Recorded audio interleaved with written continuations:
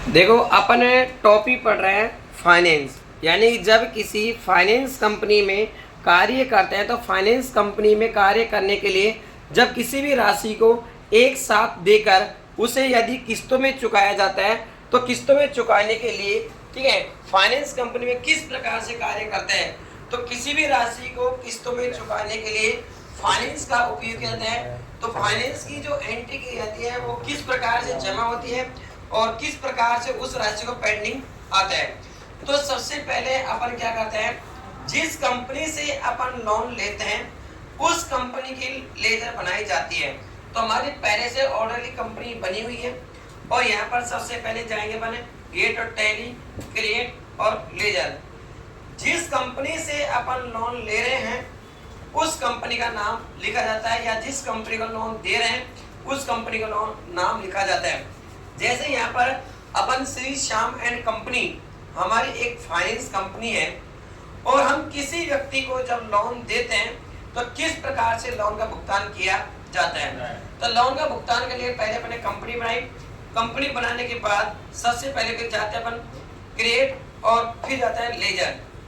यहाँ जाकर उस व्यक्ति का नाम लिखा जाता है जिस व्यक्ति को किस्तों के रूप में राशि दी जाती है। जैसे मैंने यहाँ पर रमेश को मैं लोन दे रहा हूँ तो रमेश यहाँ पर लेनदार हो गया, तो sending creditors enter enter enter click करेंगे यहाँ से, ओके। उसके बाद जितनी राशि का मैं लोन दे रहा हूँ वो राशि मेरे को यहाँ पर भरनी पड़ेगी। जैसे मैं यहाँ पर 20,000 का लोन दे रहा हूँ, ठीक है, तो 20,000 का लोन दे रहा हूँ तो यानी कि यहाँ पर रमेश लेनदार है लेकिन पैसे उसकी जेब में जाता है तो डीआर हो जाएगा। तो उसकी लेजर इस प्रकार से तैयार की जाती है। लेजर तैयार करने के बाद आपने जो किस्त जो आप प्राप्त करेंगे वो किस्तों का फॉर्मेट आपको यहाँ तैयार करना पड़ेगा। यानी किसको लिया, पहले R01, यानी ये हम पहली किस्त 10 दिन के बाद अपन दे रहे हैं। यानी हमने लोन दिया है 31 तारीख को और पहली किस्त अपन कितनी यहाँ पर जो दे रहे हैं, ठीक है, 10 अप्रैल को पहली किस्त में अपन दे रहे हैं यहाँ पर 6,000 रुपए। उसके बाद में वापिस 31/3/2021 अपन डालेंगे, ठीक है, R01 करेंगे 2, ठीक है। उसके बाद में ये राशि अगली किस्त फिर 10 दिन बाद में देंगे और 10 दिन बाद में हम 8,000 रुपए चुकाएंगे। वापिस फिर अपन ने लिया 31/3/2021, यहाँ पर R03 ऐसे किया यहाँ पर, ये अपन यहाँ इस लिया। तो मेरे कहने का मतलब ये होता है कि ये जो तिथि जो आती है ये वह तिथि होती है जिस दिन लोन दिया जाता है या लोन लिया जाता है।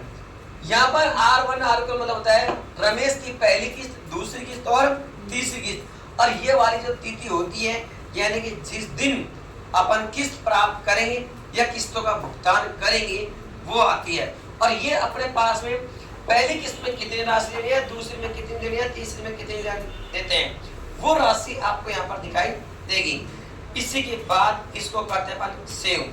सेव करने के बाद सेव हो गया। उसके बाद अब हमारा टॉपिक आता है कि जब पहली किस्त प्राप्त करते हैं तो उसकी एंट्री किस प्रकार से की जाती है।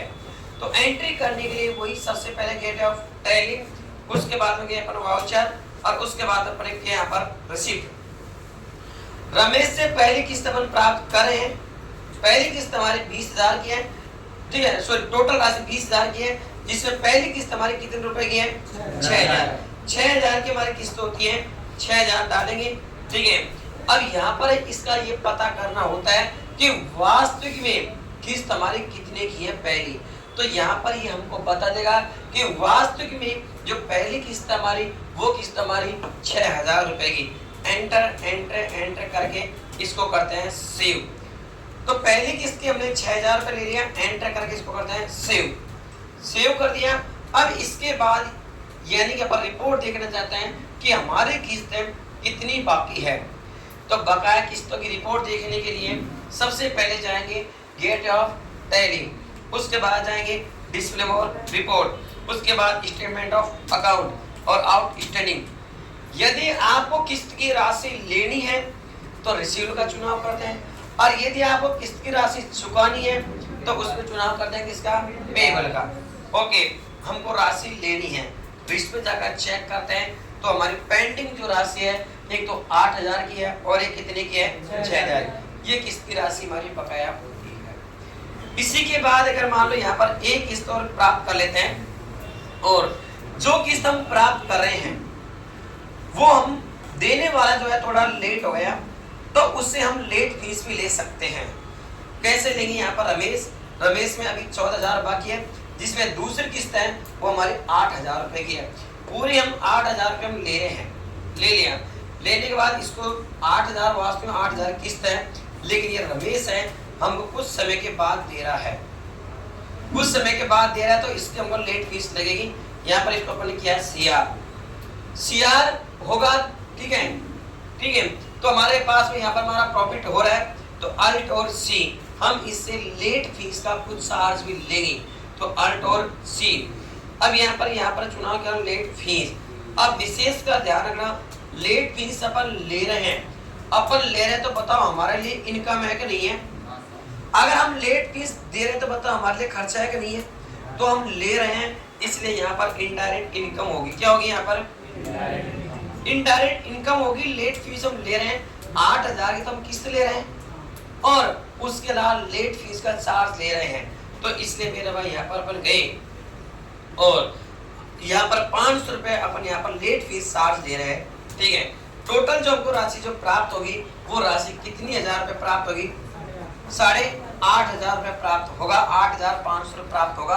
कैसे प्राप्त होगा? ऐसे प्राप्त होगा कि 8,000 की तो हमारी टोटल किस्त है और 500 रुपए हमारा लेट फीस है, लेट फीस का चार्ज है।